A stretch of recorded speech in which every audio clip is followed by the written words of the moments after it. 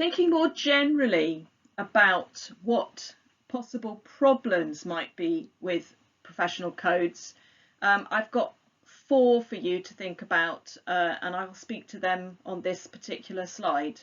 Now, when I'm critiquing the standards and being critical, I think it's really important to make it clear that what I'm doing is evaluating or judging. I'm not being sort of rude or dismissive. I think I've said a number of times, I do think that standards are quite useful and practical and helpful. It's quite good to have guides.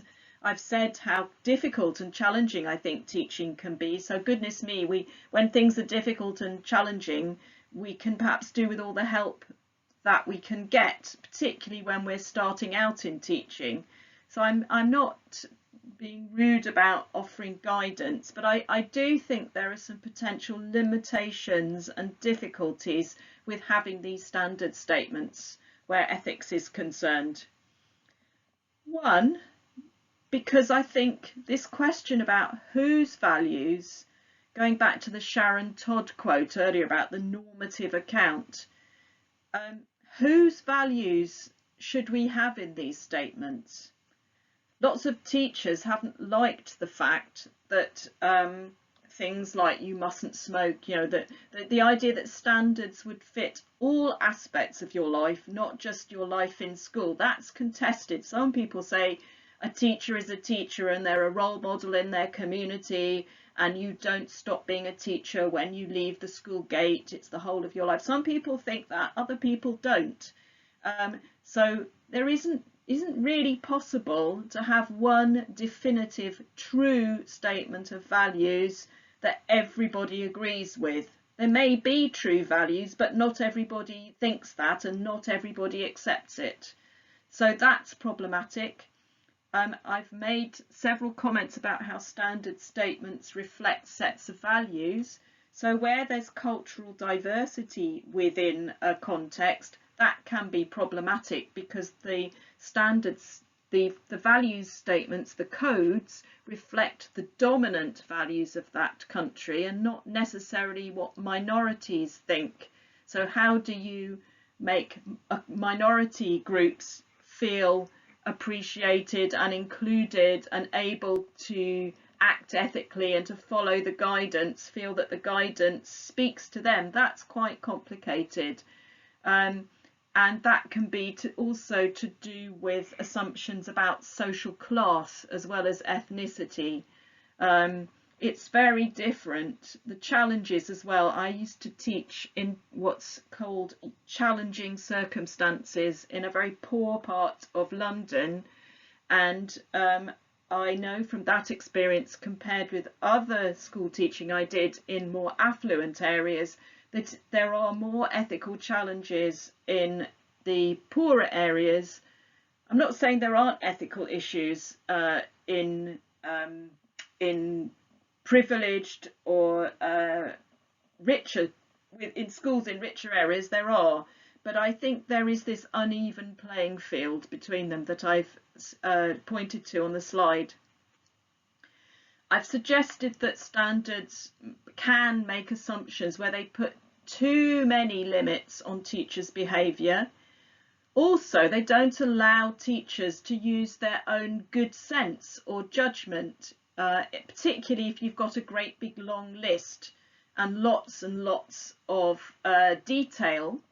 Now that might be deliberate. I mean, there might be some countries that don't want teachers to use their judgment. That goes back to this idea that rules of conduct and standards are contested. So I get that, but as the third point says, there is quite a bit of empirical evidence that suggests if you allow teachers some freedom to act and make their own mind up, they do seem to be more effective when you allow them to do that and don't try to control them than if they're very, very tightly controlled indeed. But that's a contentious point, and I have got a question mark in my title, so have a think about that and don't just think that because I've said it. I think that's something for you to reflect upon. And then finally, And this came up a lot in South Africa actually.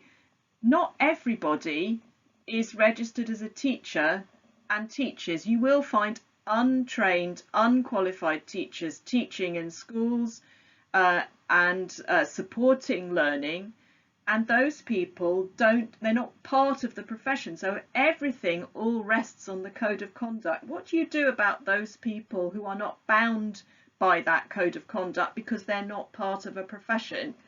This came up in South Africa because of the issue around corporal punishment. And corporal punishment, for anybody who doesn't know, is basically using beating, usually beating or slapping or some kind of physical punishment to admonish children when they misbehave. And this is illegal in South Africa, as it is in many parts of the world, but unfortunately it's still very widely practiced. So a lot of people continue to beat children, even quite young children, even though it is illegal. And one of the ways that schools in South Africa get around this is by using the unregistered, untrained teachers to do the beating because they're not part of the code. So that gives you an illustration of why, if everything rests on the code and isn't about people self-regulating, then this can actually be a problem. Okay, we're almost done here. Final slide, no more input from me. I've tried to talk you through the issues as I see it, and it's been really interesting to prepare these slides and to think this material through. This last bit of the presentation is really inviting you to think for yourself. What do you think about the codes? What do you like about the codes approach? What do you think might be problematic? Do you agree with some of the limitations I identified or not? What do you think? Can you think of other potential issues that I haven't included? What about the invitation I gave you earlier to go and have a look at somebody else's code, not just your own one, and think about how that compares and contrasts with other that we've looked at? So lots of things for you to think about. Thank you for listening to this recorded tutorial, and I hope that you find it useful.